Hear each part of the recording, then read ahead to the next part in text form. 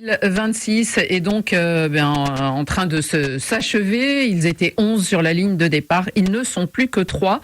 3 joueurs en lice donc pour être désignés meilleurs joueurs africains du championnat de France. Alors mardi dans Radio Foot, vous avons révélé le trio qui est sur le podium d'ores et déjà. Mais c'est dans le désordre, bien sûr.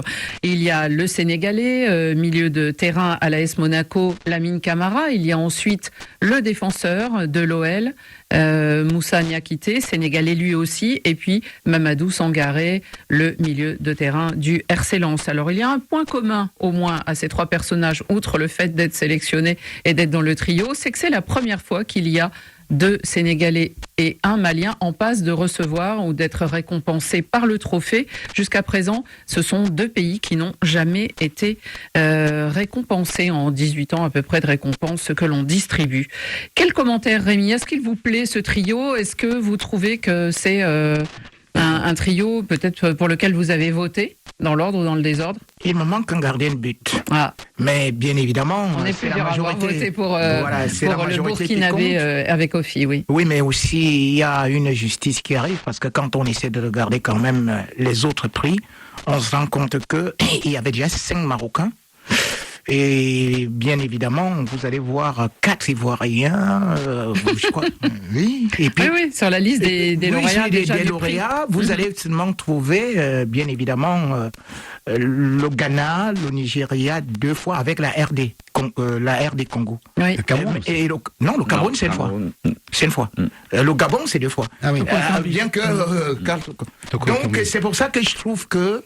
Une équipe qui domine quand même le football africain depuis un certain temps, à savoir le Sénégal, et que c'est une anomalie de ne pas retrouver cette équipe-là quand même dans le trio. Même si, Rémi, on récompense quand même des joueurs qui brillent dans le championnat de France, qui sont internationaux, mais qui brillent dans le championnat de France. Ils brillent dans le championnat français, les joueurs sénégalais. Ils brillent beaucoup. Et d'ailleurs, quand vous regardez là, vous allez voir Niakate. De toutes les façons, Lyon n'a jamais débloqué 32 millions pour un défenseur.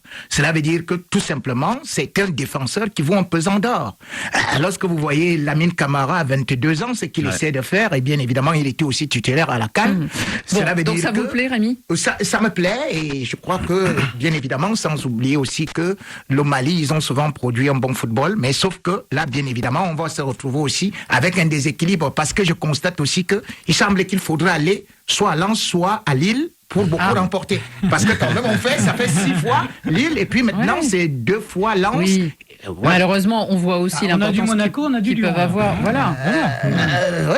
Par exemple, Metz, qui est une porte d'entrée pour beaucoup de joueurs africains, Metz n'a pas encore été récompensé. Parce que ce sont des clubs quand même qui ont cette habitude d'accueillir énormément d'Africains dans leur effectif. Mais dès qu'ils sont bons, hop, ils passent dans un autre club. Oui, un peu comme tout le monde. On a eu Karl Toko Ekambi, il était à Angers. Il était à Angers, exactement. Donc ça jouait pas le podium du championnat. Lamine Camara était à Metz il y a encore 2 ans.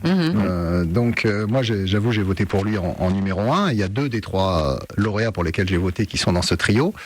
J'avais voté, je crois d'ailleurs comme Rémi, pour Hervé Kofi aussi dans ce trio. Je peux vous dire qu'il est au pied du podium. Il n'était pas loin. Il n'était pas loin, mais bon. Ouais. Donc, moi, j'avais voté Lamine Camara. Pourquoi? Parce que l'année dernière, il était déjà 2e. Et donc, j'ai trouvé qu'il avait fait une très grosse saison, même si ça a été une saison compliquée pour Monaco. Et c'est pour ça que moi, je l'ai voté plus pour lui que pour son rival lensois. Parce que Mamad Sangaré, il a fait une très belle saison, mais seulement le championnat avec Lens. Et la Coupe de France, mais seulement le championnat. Hein. Oui, on est d'accord, mais on peut pas juger les performances seulement sur le championnat, alors que justement Lamine Camara, il a gagné la Coupe d'Afrique des Nations sur le terrain avec le Sénégal. Oui, mais bon, sur le terrain, et qu'il a joué la Ligue des Champions avec Monaco jusqu'en barrage contre le Paris Saint-Germain. Donc il a dû s'impliquer dans beaucoup plus de matchs que Mamadou Sangaré. Et forcément, il y a pu avoir effectivement des matchs de championnat où il a été peut-être un peu moins performant parce qu'il a été plus sollicité. Voilà mon explication à moi personnellement. Est-ce que vous êtes aussi pointilleux sur le nombre de matchs, le nombre de minutes jouées, Benjamin, ou est-ce que ce trio vous convient? Je ne sais pas. Parce qu'on avait la sensation cette saison qu'il n'y avait pas un joueur incontestable. Et malgré tout, quand on discute avec les gens qui ont voté, on a l'impression aussi qu'il y en a un qui apparaît. Mais surtout que quand on voit le trio, on voit qu'il n'y a pas d'attaquant. On a souvent eu l'habitude d'en trouver. Non, c'est pas pour dire que l'attaquant méritait d'être là, mais souvent. Là où Benjamin a raison, il y a des saisons où il y a un attaquant africain qui a 15, 16, 17, 18 buts. Exactement. Là, il n'y a pas aussi de Gervinho, quand même, où il n'y en a pas. Plus de 10 buts, on s'en fout.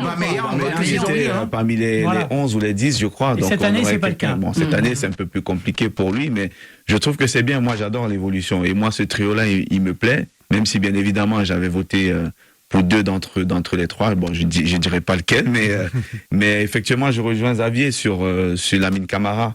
Et moi, c'était une surprise quand on a découvert à la Coupe d'Afrique des jeunes, déjà avec le Sénégal, avec le Chan, voilà.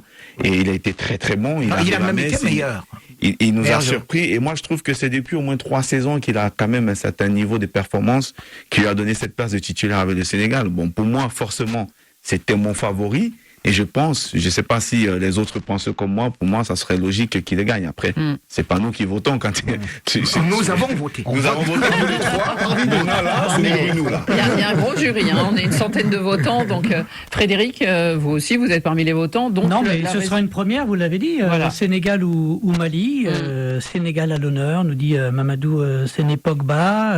Bon, il y en a qui vous disent c'est plié, ce sera Mamadou Sangaré. Ça, c'est un message de Jaffer Ondongo.